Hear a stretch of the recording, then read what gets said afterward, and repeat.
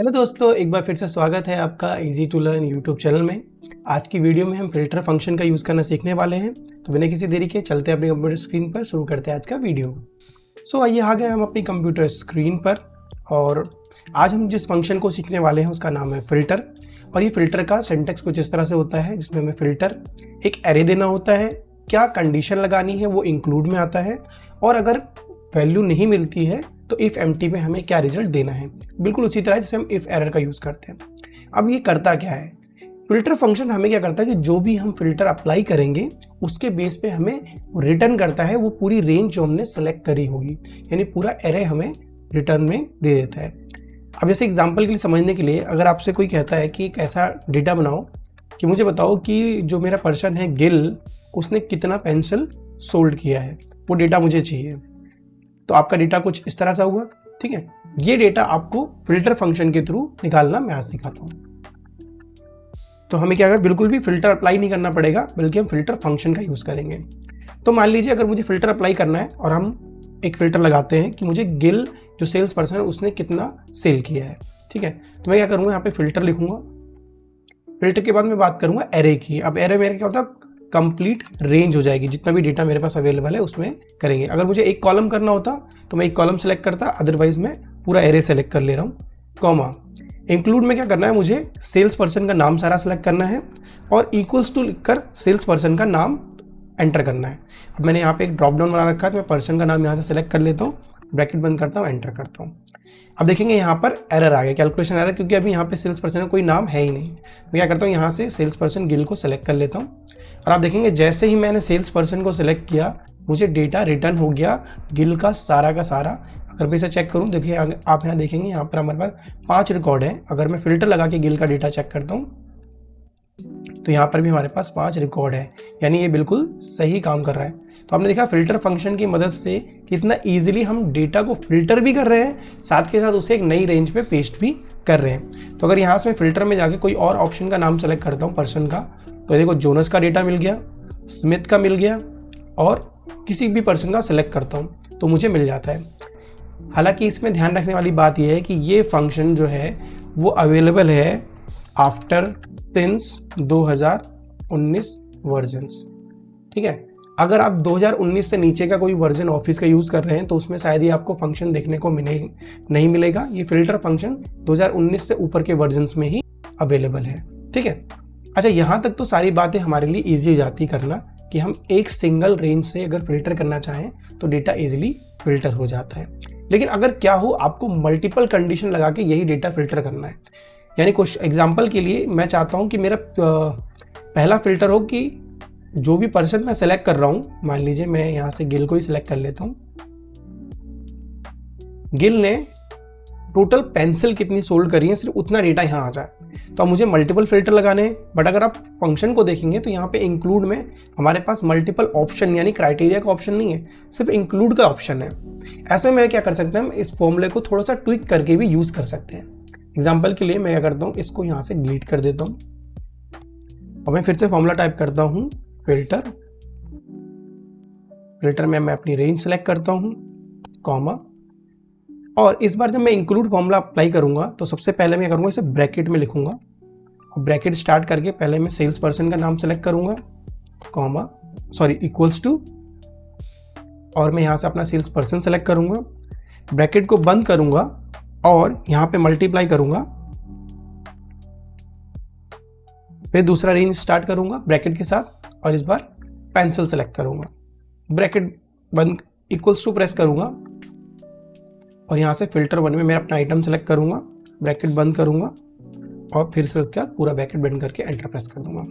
अब यहाँ पे कैलकुलेशन एरर आएगा क्योंकि फिल्टर में कुछ भी ऑप्शन नहीं है। मैं क्या करूँगा, यहाँ पर पेंसिल सेलेक्ट करूँगा। अब आप देख रहे होंगे यहाँ पर मुझे गिल और उसका पेंसिल का रिकॉर्ड मिल गया। अब मैं चाहूँ तो यहाँ पे बाइंडर पे क्लिक करूँगा तो बाइंडर के रिकॉर्ड आ गए, पेन सेलेक्ट करूँगा तो पेन आ रहा है। ठीक इसी तरह मैं कोई और सेल्समैन सेलेक्ट करूँगा तो उसका आइटम का डिटेल आ रहा है, ठीक है। पेन की जगह मैं पेंसिल सेलेक्ट कर लूँगा तो आप देख रहे हैं यहाँ पे मल्टीपल डिटेल आ जा रही है। लेकिन ऐसा हो क्या रहा है, ये फिल्टर फंक्शन काम कैसे कर रहा है और क्या जरूरत थी हमें यहाँ पर स्टार लगाने की यानी मल्टीप्लाई करने की क्या जरूरत थी, आइए मैं इसको समझाता हूँ आपको। जब भी हम फिल्टर फंक्शन का यूज करते हैं और जो हमारा इंक्लूड वाला पार्ट है उसमें होता क्या है, पहले उसे समझ लेते हैं। अगर मैं आपको दिखाने के लिए मैं ये एरिया सेलेक्ट करता हूँ जहाँ पे मैंने सेल्स पर्सन के नाम इक्वल्स टू L9 या फिर मॉर्गन सेलेक्ट किया है, तो यहाँ होता क्या है, अब इस एरिया को सेलेक्ट करके अगर शिफ्ट अपने कीबोर्ड में F9 प्रेस करेंगे तो आप देखेंगे, अच्छा मैंने पेंसिल वाला कॉलम सेलेक्ट किया है,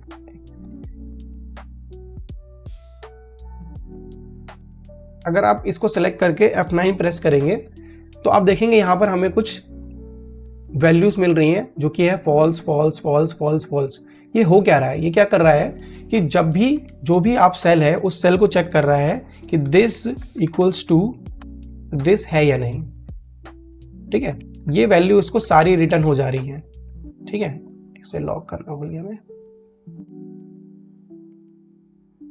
तो कुछ इस तरह से क्या है, सारी वैल्यूज उसको रिटर्न हो रही है जब तक उसको यहां से, मान लीजिए मैं इसे एंड्रूज कर देता हूं, एंड्रूज क्यों नहीं आ रहा, मैं इसे गिल सेलेक्ट कर देता हूं। तो अगर मैं देखो जैसे मैं गिल पे आता हूं, देखेंगे गिल पे मुझे यहाँ ट्रू वैल्यू मिल रही है और ये 4 वैल्यू फॉल्स मिल रही है।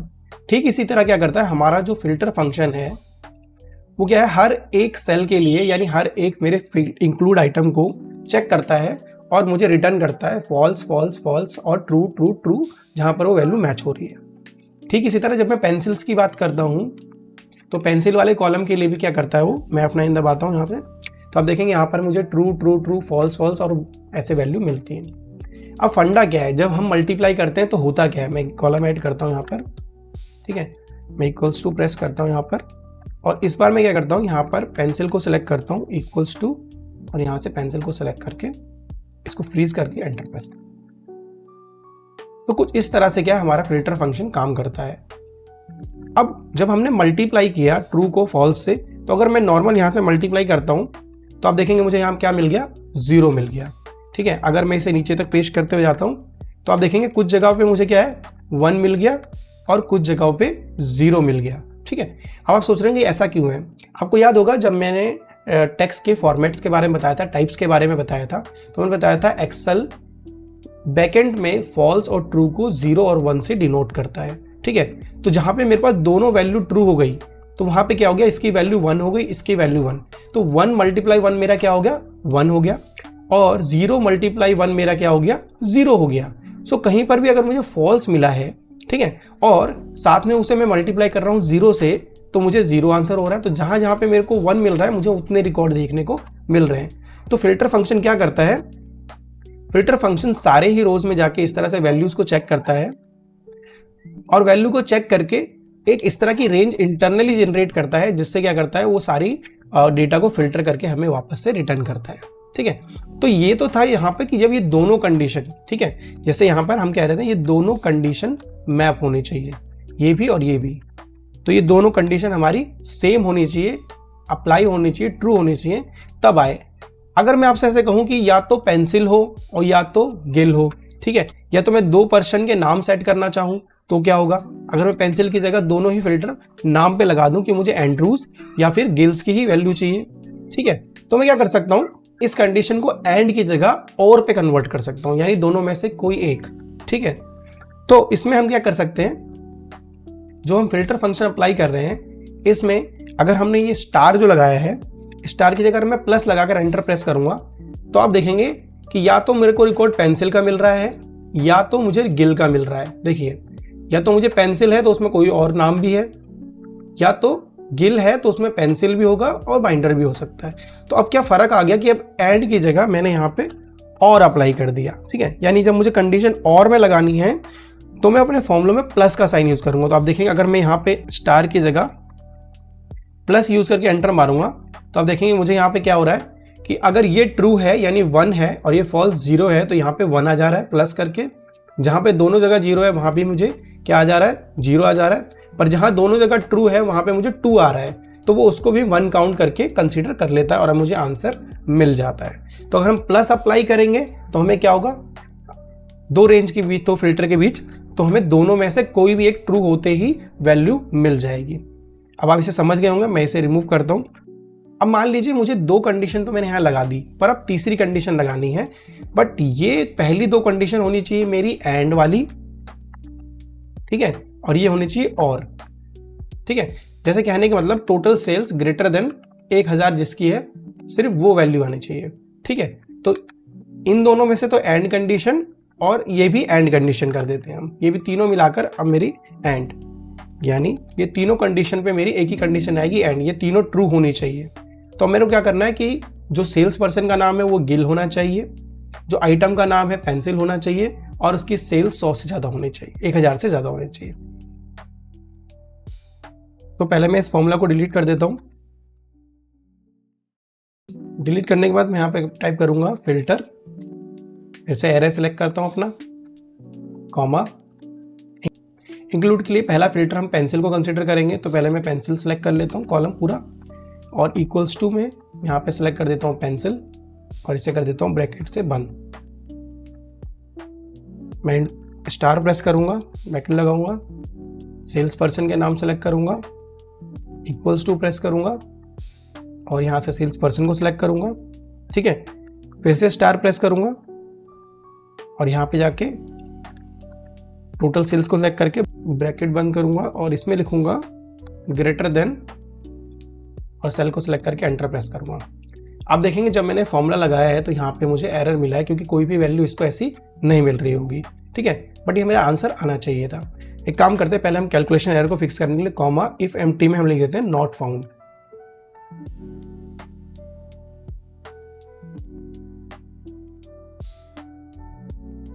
जैसे मैंने नॉट फाउंड लिख दिया, अब ऐसा कोई रिजल्ट इसमें आ नहीं रहा है। बट अगर मैं ध्यान से देखूं गिल ने टोटल पेंसिल कितने की सेल करी है, गिल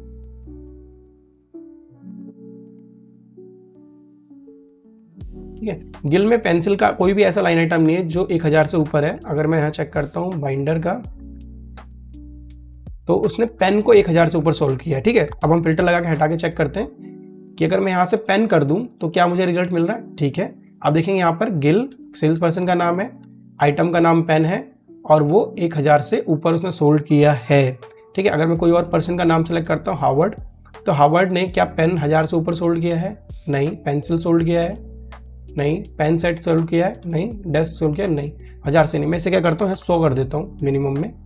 तो क्या उसने कोई सा भी आइटम ऐसा जो इससे कम में या ज़्यादा में शो किया है? तो उसने पेन का आइटम 499 पे शो किया था। मैं हावर्ड की जगह कोई और पर्सन सेलेक्ट कर लेता हूँ तो यहाँ पर आ गया। तो आपने देखा इस तरह से क्या है, फिल्टर फंक्शन में मल्टीपल क्राइटेरिया को लगाकर, ठीक है, और उसमें इस सेपरेट कंडीशन को अप्लाई कर सकते हैं प्लस और मल्टीप्लाई की मदद से। ठीक है, सो आज की वीडियो में इतना ही। आज की वीडियो में अगर आपने कुछ नया सीखा तो इस वीडियो को लाइक जरूर करें, कमेंट करके बताएं आपको क्या अच्छा लगा। मैं मिलता हूं आपसे अगली वीडियो में, तब तक के लिए बाय।